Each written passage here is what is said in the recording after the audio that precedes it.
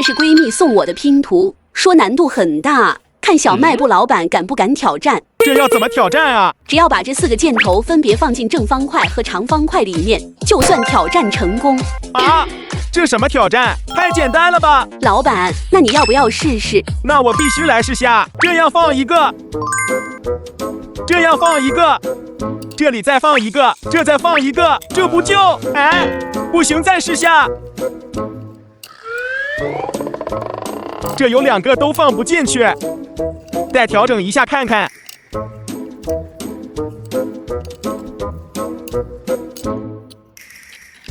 哎，還是不行呀！先不管正方形了，長方形肯定好拼些。老板，這個長方形更難。啊，我不信！這裡再來1塊，最後1塊居然放不進去，這次只差1塊，重新來。這裡一個，這裡一個，這裡再來1個，最後一個放這裡。哎，還是不行呀！調整一下，這樣也不行。那這樣呢？媽呀，還是不行！你這什麼拼圖啊？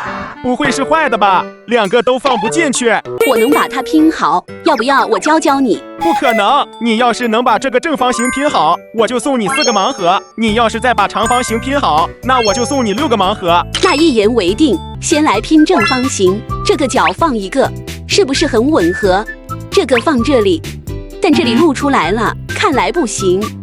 這樣可以，那這個箭頭只能放這裡了。這麼大的空間居然放不進去，擠一擠看看。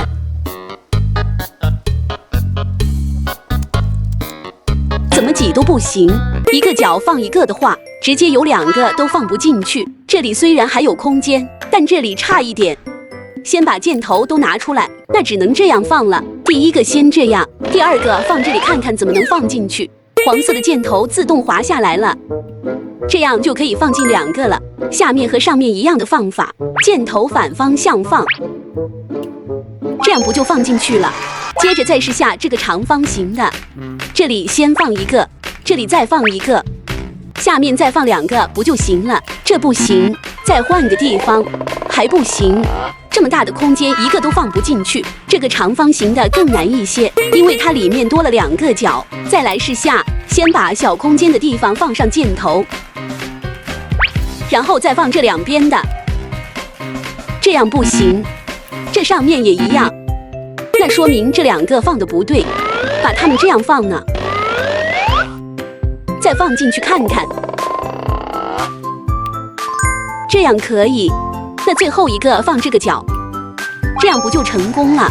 老闆，我成功了！媽呀，沒想到你這麼厲害，那給你獎品。謝謝老闆。小賣部回來了，我們先開這個最小的盲盒。它這個是12星座盲盒耶，那我想要這個金牛座，看看能不能開到啊？直接開，看看是不是啊？看這2個大鉗子，這肯定也是個巨蟹座。我看看這個能不能開到我想要的啊？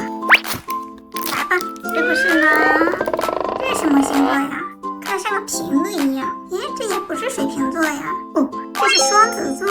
有沒有這2個星座的小可愛呀？那現在這個多好的，這個裡面全是動物哎，那我希望能開到這個小兔子。